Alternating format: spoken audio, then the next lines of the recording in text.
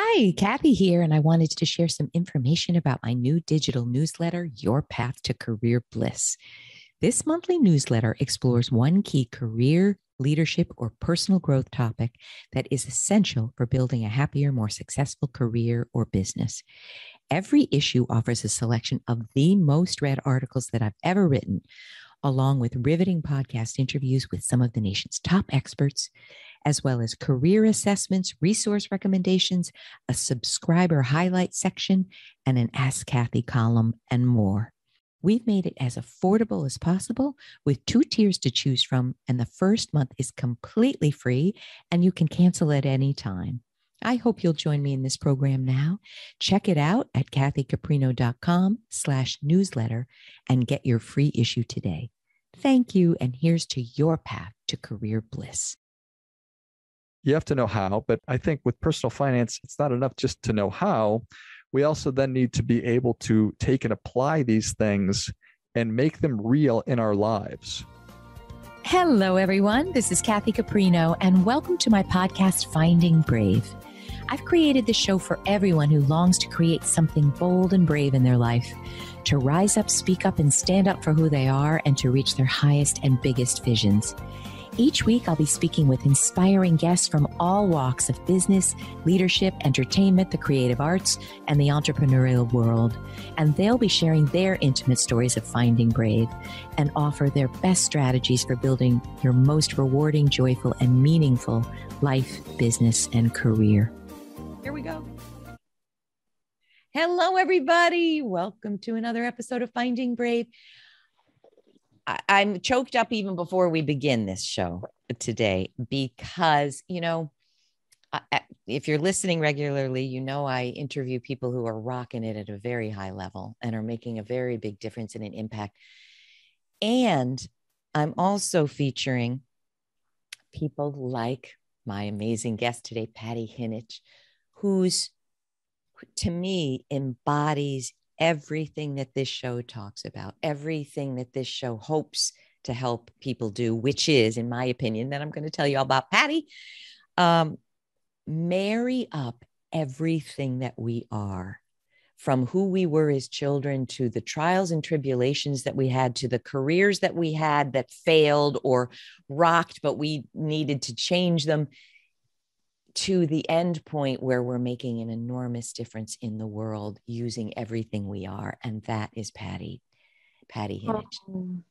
That's you, Patti. Kathy, you're gonna make me cry. You're making me choke up. I haven't even said a word and I'm about to cry. Well, it's so you. And we, again, I'm going to tell you about Patti, and we're talking about, I think the name of this show is Mexican Chef and Political Analyst Hosts Groundbreaking PBS Special. I think that might be the title, but you'll correct that for me if that's it. So the title of the show is La Frontera with Pati Jinich. Yes, I mean the title of this podcast episode. That's what I did. Yes. Oh yes. My God, I love that. Oh, tell me again. I want to hear that again. I'm thinking Mexican Chef and Political Analyst hosts groundbreaking PBS special, La Frontera. How about it? Oh my God, that is so beautiful. And it really does marry what I was and what I am into one. All right. Now, people, let me tell you about Patti, and then we're going to dive in on some really critical questions. I'm reading you this long bio because I want you to listen for all of the beautiful twists and turns of Patti's career. Pati Jinich is the James Beard award-winning Mexican chef who has dedicated her career to building a shared understanding between her 2 home countries, Mexico, where she was born, and the U.S., where she lives currently and is raising her family. Her long-running PBS series, Patti's Mexican Table, which is so wonderful, I love it so much, has brought Mexican flavors, colors, and textures into American homes and kitchens. As viewers have watched Patti thoughtfully and enthusiastically guide them through various diverse geographic regions of the country, named one of the 100 greatest cooks of all time. Patti has won a Gracie Award for her television work is the resident chef of the Mexican Cultural Institute and has been named one of the top 5 border ambassadors by the Council of Americas and has authored 2 cookbooks highlighting Mexican cuisine. Patti's 3rd cookbook, what are you doing with your time? My goodness. Treasures of the Mexican Table releases November and is the culmination of over a decade of travel across her birth country as she showcases the diversity of Mexican cuisine and sheds light on lesser known dishes and recipes.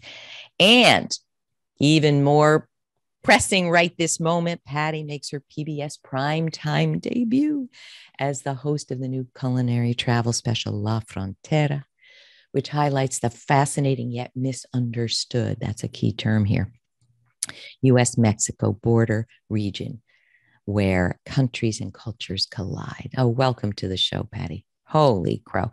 Look at everything you're doing. Now, everyone wants to know about this show, and you can read all about it in the show notes below, people. But I have so many questions for you that I'm, just dying to know. But for people that don't know how you began and how this was a passion that became such a successful, it's a marriage of entertainment and learning and knowledge and study. It's so beautiful. But can you tell us how you began and how this morphed? Of course. Well, Kathy, where I began, whenever I talk to people and I interview people in my show, I always am obsessed with going back, like just like you're saying, where do you come from? Where did you start? And your parents and your grandparents and your grandparents? Like, I want to go to the roots. Like, I want to go back to the Big Bang with every person I talk to. Me too. But I come from a long line of immigrants. Long line of immigrants who made Mexico their home. More than a century ago, coming from different places, from Poland, from Eastern Europe, fleeing. On all sides of my family, there were people fleeing, like political refugees, religious refugees, and they found Mexico to be their home. And I am a 2nd-generation Mexican who feels so Mexican, so indebted to Mexico. My entire family's there. I was born and raised there. And then I married, moved to the US. I wanted to be an academic. I trained as a political analyst, and I always had this desire to contribute to that country who helped my family make Mexico their home and build bridges. Because I always, since I was a little girl, I felt like I was treading worlds, and then I moved to the US, had my kids here in the US, Mexican American, to add to the identity confusion. And then I realized that rather than doing political analyses, it was by way of the kitchen and cooking and food that it's easier to make sense of who we are, but also to understand other people. And I realized that all those things that are so difficult to talk about outside of the kitchen, when you put a bowl of food in the middle, walls come down, veils, are taken off, and people are so much more willing to share and connect and find those common denominators. So anyway, long story short, it took me a long time to get into cooking. I switched careers when I already had 2 kids. So I moved from being a political analyst to a chef to now, I've had Patti's Mexican Table, which is a PBS show for 10 years. But right now, it's my debut as more of a journalistic host in La Frontera, where I step away from the kitchen and just go all out in the field and connect with people and bring them the microphone. So the more that I am on TV and radio and contributing to newspapers and magazines, the more that I feel a bigger responsibility to let people talk and share who they are. And I believe that media is meant to do that, to bring microphone to people who can't share the stories, who are misunderstood, who are labeled, misjudged. And I have done that for Mexico for 10 years in my small way, however best I could. And I felt this magnetic pull from the border, being a Mexican who continuously crosses between Mexico and the US Wow. for work and for personal reasons. At the border, I realized that it is this place where there is a continuous threading between worlds internally in a population that enriches not one country, but two and beyond. And so it's been fascinating, and it's been even more fascinating to be able to produce a show that is all about the borderlands and the border communities in La Frontera, that takes politics aside and says, okay, who are the people who are living up here? What are their lives like? What do they eat? What do they think? What do they cook? What art, what music, what culture, to humanize the place. And you realize that it is incredibly rich, diverse. It is people that are so giving and warm and hardworking. And it's fascinating to go into that universe, and you really can't go until you get there. And I'm hoping that with this show, I am being able to bring people there without translation, without going there and saying, oh, this is what we're filming, I'm editing and showing you these. No, I'm hoping that with this show, you're coming there with me and experiencing it unscripted, living people's lives. And I think we were able to accomplish that. Oh, Patti, there is so much. I am totally tearing up. I don't mean to be cheesy, but there's so much in what you just shared in 4 minutes. Can I punctuate a few things and ask some questions? Of course. And I apologize because I talk about 1,000 things at the same time. No, it's so rich, so rich. So I have to, let's take a career arc look for a minute, and then I want to talk about the importance of what you're doing. But didn't we, so Patti and I were talking that I first met Patti in 2014, where I did a Forbes interview with Patti, which was so riveting. And we'll link to it below. But don't I remember that your sister had a restaurant? Is that right? And what I so love about your arc, I'm going to say it the way I think it is, but you tell me. Your sister kind of said, come into the restaurant, right? You did that. You didn't love it. It wasn't your place. Am I wrong? So no. Actually, Kathy, I come from a family of food obsessed people. And I have three sisters. And my three sisters went into food early on. And we never worked together in Mexico. Well, my oldest sister now has a very successful restaurant in Mexico City called Nido, and it is spectacular. And then my second sister has had restaurants in Mexico City and Miami, and now lives in Mexico and is an incredibly talented pastry chef. And then my third sister is all into healing and, connecting to the earth and doing it, so holistically. And she's a vegetarian and makes beautiful vegetarian food, and is a lot into fashion. And she's a lot into connecting to fashion in a sustainable, environmental way. So I was the last one to jump into the food world. I was a political analyst. I wanted to be an academic. So cooking really was their world. But we always cooked and ate together, and it was, it was wonderful. But then once I switched careers and I went to cooking, my sisters were like, wait, what? She's the intellectual one, she's the academic one. That's it. That's what I remember. But then they super fully embraced it, and now we're all into food. But I guess in the beginning, not only to my sisters, but to my father and my mother, they were like, what are you doing? We put you through college. I put myself through graduate school here in Washington. I was able to get a merit scholarship at Georgetown to do a master's of Latin American studies. And they were all like, why did you, as we say in Spanish, like burn your eyelashes studying so much, and now you're gonna rinse pots and pans? Like they didn't get why I Wow. was going into cooking. And, I think I switched careers like 12, 13, 14 years ago.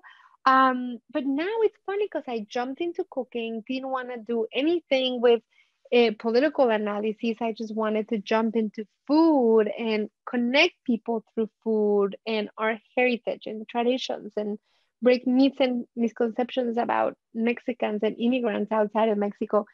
But now with La Frontera, I'm really coming full circle because I'm reconnecting with my historian political analysis backbone without being political. Like I am not out there campaigning for candidates, but Right. I am out there talking to people about issues, all sorts of issues.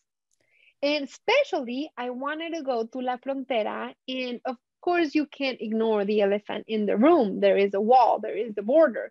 But what is under, over, all over it? Like the border in La Frontera and the border communities are not just about the border, it is something that defines um, part of what the borderlands are, of course, but the border is always changing, and the way the US and Mexico deal with the border issues are always changing. But the border communities between the US and Mexico have always been connected Mm. and resilient, and they rely on each other to survive.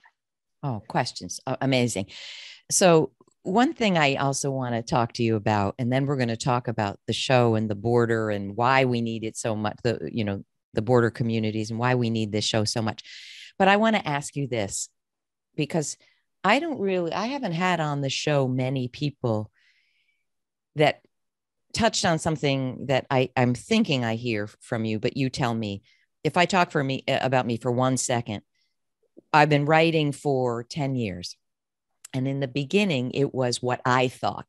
Here's what I think about careers, what I think about leadership. And then at a certain point, I wrote a book. Then I said to myself, I'm bored of my own self. I'm bored of my own voice. I'm not going to continue doing this for 20 years. And I want to learn. And I don't know that I had a conscious, thought right there that that's what it was, but I wanted to grow through writing, not just have a microphone through writing. Oh my gosh, Is Kathy, that what you? you're saying, like 100%. I started I started Patty's Mexican Table because I ran into so many myths and preconceptions about Mexicans. And I saw the Mexican community here in the US so atomized, and we're not from So here, we're what? not So from there. what? Atomized, like Atomized. broken, atomized, like broken into Wow. many pieces. Um and I really wanted to connect Mexicans to their roots. I wanted to stay connected to my own roots, but I also wanted to open a window so that America and whoever would watch would understand the Mexico that I missed and loved and that nurtured me and my family so much. So I started Patty's Mexican Table, going back to the things I missed, I knew I wanted to share, Wow. I knew by heart. So what you're saying is like, this is the Mexico you guys don't know, right? So I started going to Mexico City, Puebla. As the season went by, it went from, let me tell you about Mexico, to wait, now I'm going to this part of Mexico that I've never even been to.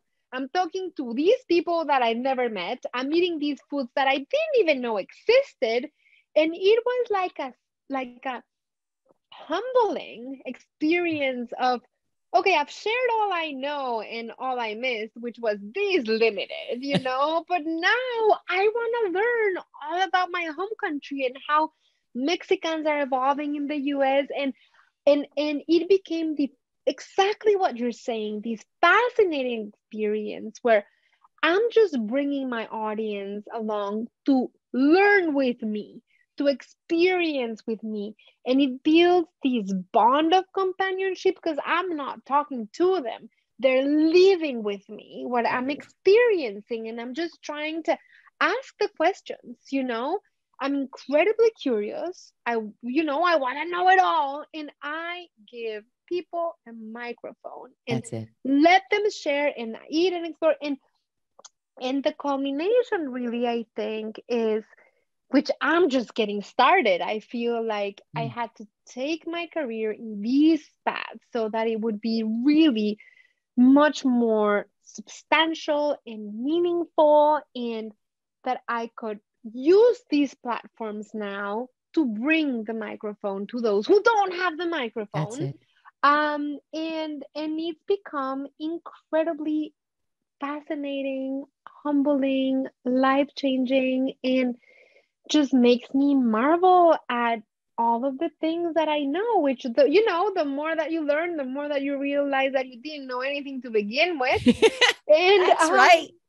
and the thing is, I went there and I can't say, oh, this is what we learned and this is what you should know. But what I do know is that I had no idea, and these are all the things we found, but I know that this is just a little snippet of it. This is just a little bite. But I love it. What I want to amplify here for everyone, though, is a few things. Everything you learned as a political analyst, everything you learned as growing up in Mexico and yet living in the US, how do I want to say this? It is your lens for what you are going to amplify. So and I'm just going to say it, people, I'm hoping this is an educational moment.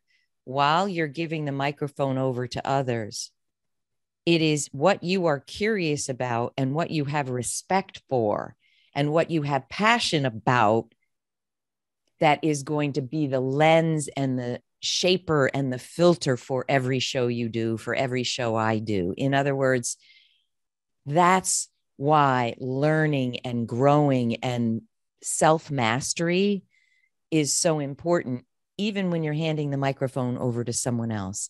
And if I'm really going to be clear about this, what I mean is, you know what you want people to get out of this, I'm guessing. I mean, I would guess when I even watched your trailer, I was so moved. And I immediately had a newfound, in your 5-minute trailer, respect, appreciation, marvel, curiosity for these people and their cultures that I feel have in fact been demonized. I'm going to say it. I don't mean to be political. It is so true. So did anything I say there speak to you? Absolutely. I think that when you come to it with the curiosity and the respect and the wanting to learn, people just open up because they see you're not coming in with an agenda. Right. You're not you're not manipulating. Exactly. You're not coming in to say, oh, we've seen this happen and you do this. So it was like, show me, feed me what you're eating, like take me in, show me what you see.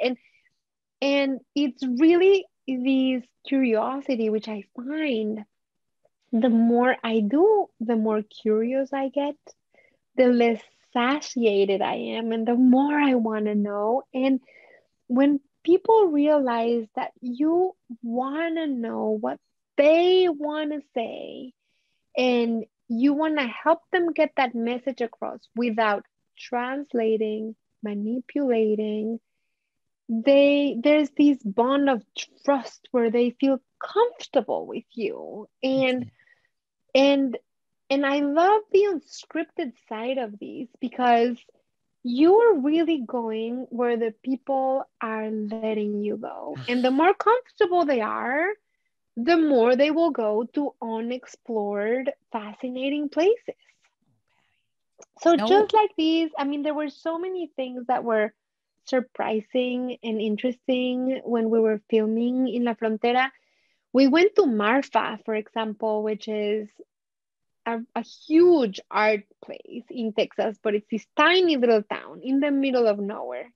And it used to be a ranching town with mainly white American owners and mostly Mexican farmhands. Wow. That's, historically what the town has been.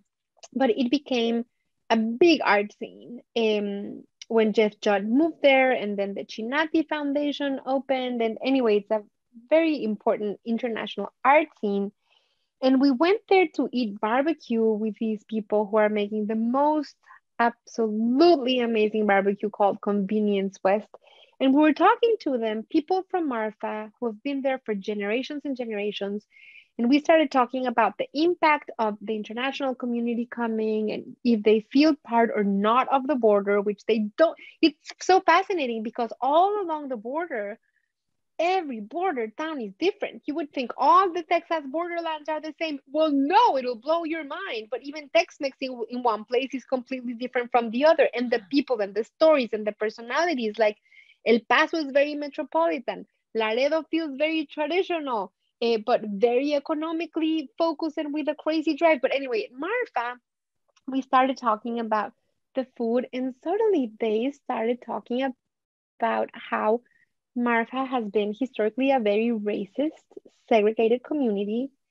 And they told me the story, which is, still today, the Marfa cemetery is segregated and there's a fence that runs in the middle of the cemetery, but it's not segregation vis-a-vis Black Americans, African Americans. It's segregation vis-a-vis Mexicans. And people don't know that much about that. Wow. We tend to just, um, you think certain themes in a certain way. And as a Mexican immigrant, as a Latina, it was very important for me to show, what they were saying that we included in the show. And people realized that in Marfa, so there aren't African Americans at all, but there are lots of Mexicans. And to realize that that is something that has happened also to Mexicans in the US historically. It's just, to open people's minds. There is racism of different kinds, there is segregation of different kinds.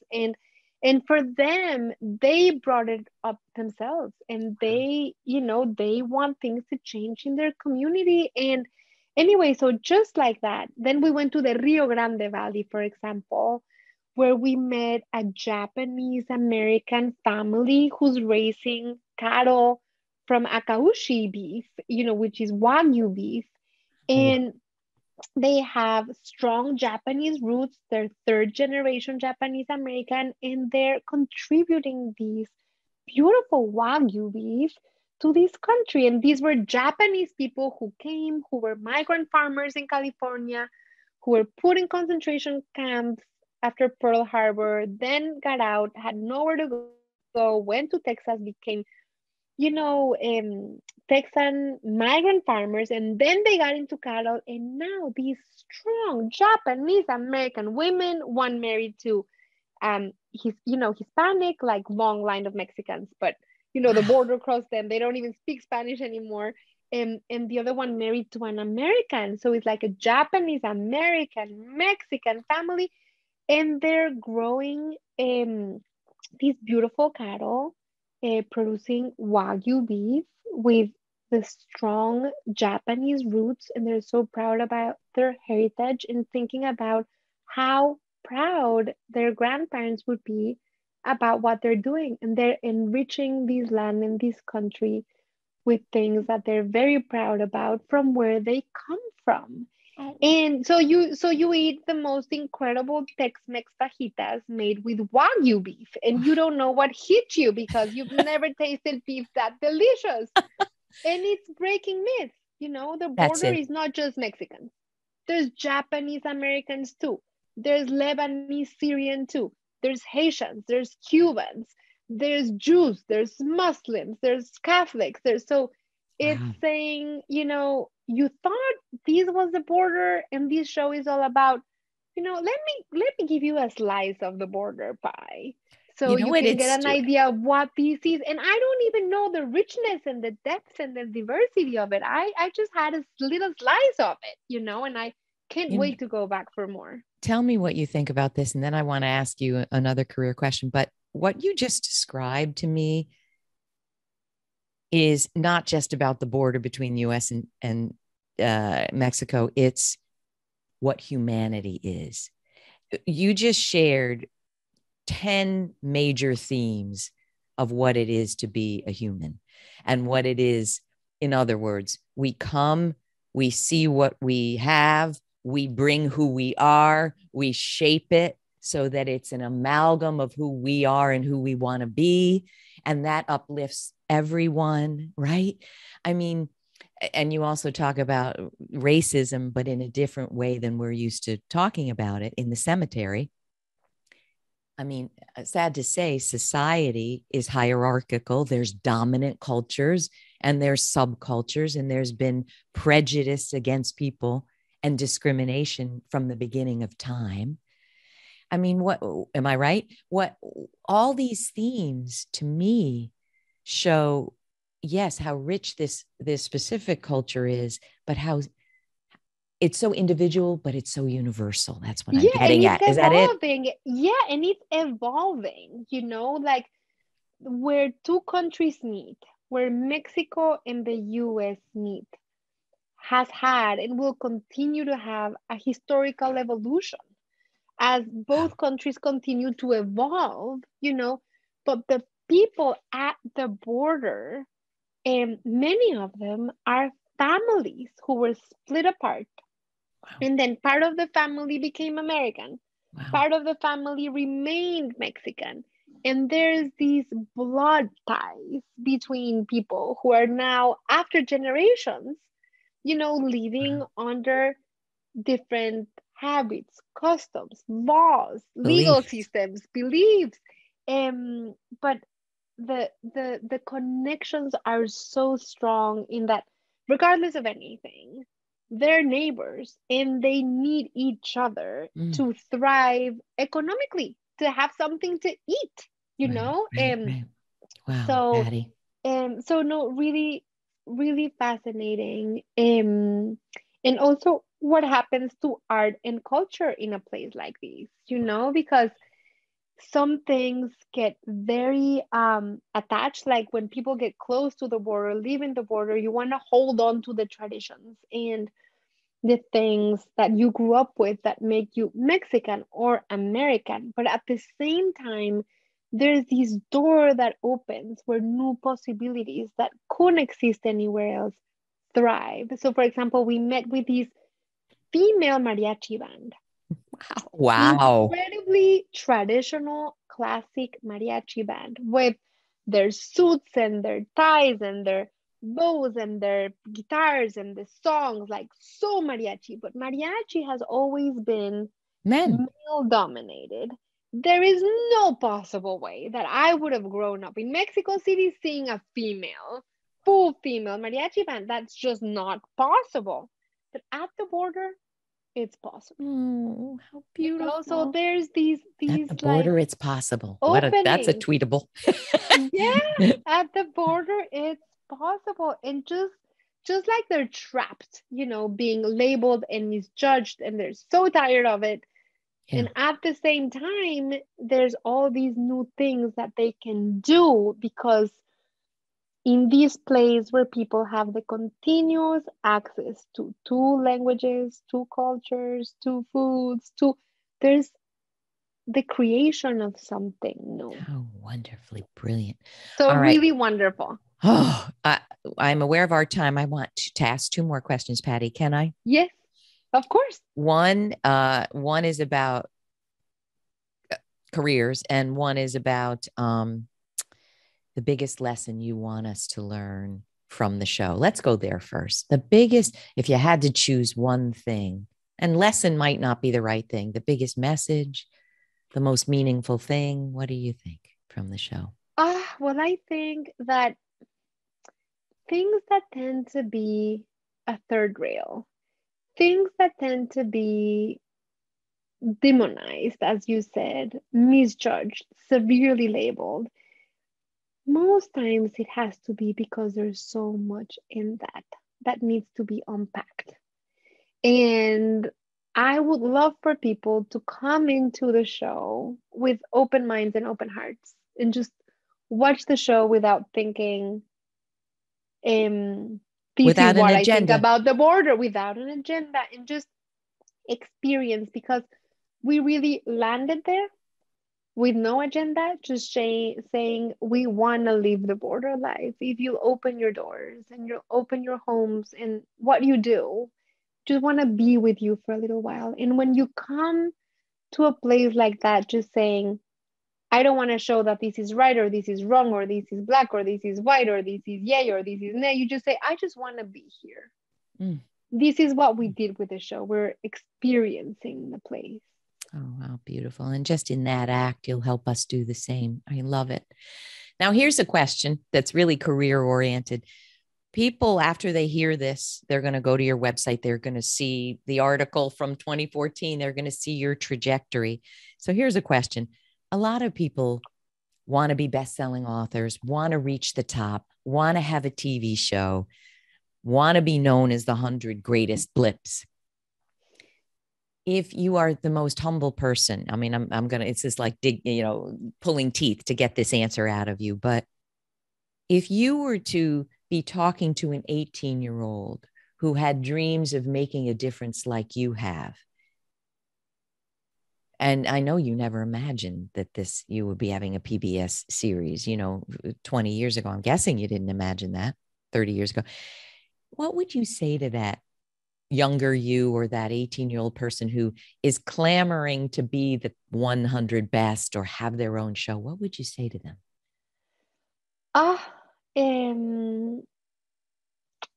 would say that they need to know, and I said this when my oldest son graduated from high school. I was asked to give the keynote speech. What do you tell to kids? What do you? Wow. And it was really hard to write and really hard to talk. And I said two important things, I think, if you can let me say two things. Yes. One was, you need to know what you are never willing to put on the negotiating table, because people will ask you to change. And I was asked to change my accent, to change my focus, to change and I always knew, I am not going, you need to know what you will never put on that negotiating table, things that you wouldn't be able to live with 10 years from now. Good advice. And usually the things that society, people, pressures, like whoever you think is gonna, that people who wanna make a difference, or they're trying to find their passion, or which I think it can be so overrated, because okay, find your passion. Now it's like, what do I do? Most of the times the things that you're gonna be asked to change are the things that you feel the most embarrassed about, the things you feel the most vulnerable about. Wow. And things that you don't know how to handle. But if you stick to your guts and you say, this is who I am, and those are the things that you are going to be recognized for. And in my case, it was my heritage, it was my accent, it was my approach to things. And I always thought, if I stick to creating fabulous content that feels right, I know that in the long term, I will be able to be very proud about it.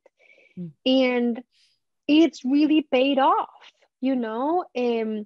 because I feel like I have built a career with a solid name, where every content that I've done, I can look back and say, I'm proud of it. I'm proud of this one. I'm proud of that one. I'm proud of that. Of course, I've made tons of mistakes, but I think that's very important for young people, because they're asked to change so many things, and there's peer pressure to be this or to be that, or to be thin or to be tall or to be popular or to be like, just stick to what feels good to you, and that it is who you are. I would say that. And the other advice I would say is just, if you feel like you have a mission to do something, or you're passionate about it, again, going to that word passion, or if you're really interested in going into one or another direction, even if it's not the career you studied or the path you intended, but something is pulling you there, don't do the research, just jump and go. Because if you do too much research, you get Interesting. frozen. You get frozen. You start seeing, oh, there's all these people already doing this. Oh, there's all these competition. Oh, I don't have the skills that it takes to do this or that. Whether if you just throw yourself in there, you start figuring it out. But if you think about it too much, you're not going to even try. Oh, I love it. Patti, I love it. I want to, because Patti's too humble to say this, I want to point something out, people. One thing I was getting at to see what you would say is this. So many people want the fame and the glory, and they don't want the journey. Patti is where she is because I feel, because you stuck with, I want to do work that I'm proud of, and I want to have a solid name. I want to have respect for myself. Mm-hmm. If you hang on to that, I'm not saying everyone's going to have a PBS special, but I love PBS so much, but you're going to end up, and I'm 61. Everybody knows that, it's a long haul, and I've done 18 years of not being proud. And then a lot of years of figuring out how to be proud of what I'm doing. But I think the goal is just what Patti's saying. Find what makes you proud and keep honing that. Now, one thing I do want to say, Patti, and then I got to let you go, but I love your thoughts. I teach people how to change careers. I teach people how to find their passion and work it. One thing I do say is explore it and try it on. Yeah. So what that means is it is a little research, but in the way of physically trying it on, because Patti, people may look at your show and say, I can do that. And I want to do that, but they have no idea what it is to do that. They have no idea what it is to write your third cookbook. It's work, man. It's work. And it's only fun work when you're in the right place for it. So I would try it on. You want to do something in TV, don't chuck everything. Don't necessarily chuck your finance career. Try it on in small ways. Does that make sense to you? Absolutely. I think that is beautiful. Yeah. I do agree with you that you have to think about where you want to go and what you want to do. And I think we coincide in that trying it on is jump in the water and feel what it feels like. Because if you're only staring at the water and you're researching so much about what it takes to go in the water, then Googling it. Yeah, like don't just dip your toes. Like, how about you take a plunge, Love it. I think we are saying the same thing. Oh, Patti. So here's what I'd love. Tell people where we need to go. And of course, you don't have to spell out the links because we'll have them in the show notes, but where do they see the show? Where do they buy your next book? Where do they just dive into all things Patti Jinich? Thank you so much. Okay, so just go to pattijinich.com and you will there find my cookbooks and information about La Frontera and Patti's Mexican Table. And if you want to watch the show, all you need to do is go to pbs.org or use your PBS app and search for La Frontera, the border, where not one thing begins or ends, but where new possibilities thrive. Oh my gosh. People, I hope you're inspired by this. I just honestly could talk to you for hours. I feel like I can learn so much from you, Patti. Thank you for coming on in the middle of your launch of this amazing show. So grateful for the time with you. Thank you for your time, Kathy. Know that you've had an impact really in my life. I mean, talking to you in 2014, I think it was, and you wrote that article and you really captured what I was trying to do, and it meant a lot. You really gave me a lot of confidence, really, honestly. It was great. Goodness. Yeah. So thank you so much. Thank you, my dear. All right, people, we want to hear from you. We want to know wherever you see this, wherever you hear this, write a comment, what you got out of the show, what theme hit you the most, what lesson, what you didn't know that shocked you. Please tell us. We'd so love to hear it. And I hope you're inspired as much as I am to do what makes you proud, but don't be afraid to jump. All right, everyone, have a wonderful week. And thank you again, Patti. Bye now. Thank you, Kathy. Hi, everyone. Kathy here. And I'd love to share that we have a really big milestone coming up November 4th. It's our 200th episode of Finding Brave. It's because of you that we've reached this milestone. And I'm personally so very grateful to each and every one of you who are such loyal fans of the show and for helping us rank in the top 1.5% of over 2.6 million podcasts. Wow. In honor of our 200th episode, we're thrilled to introduce a new feature of the show. Starting now, we're accepting audio submissions of your most burning questions around careers, leadership, personal development, or business growth that you'd like me to answer right here on the show. Please submit your questions at findingbrave.org/ask-Kathy. We'll be selecting as many as we can to play on the show, and I'll be giving you my personal take on those questions. Going forward, we'll dedicate one show a month to answering the great questions you submit. I hope you find this a helpful feature. Thank you again for tuning in, and have a wonderful week.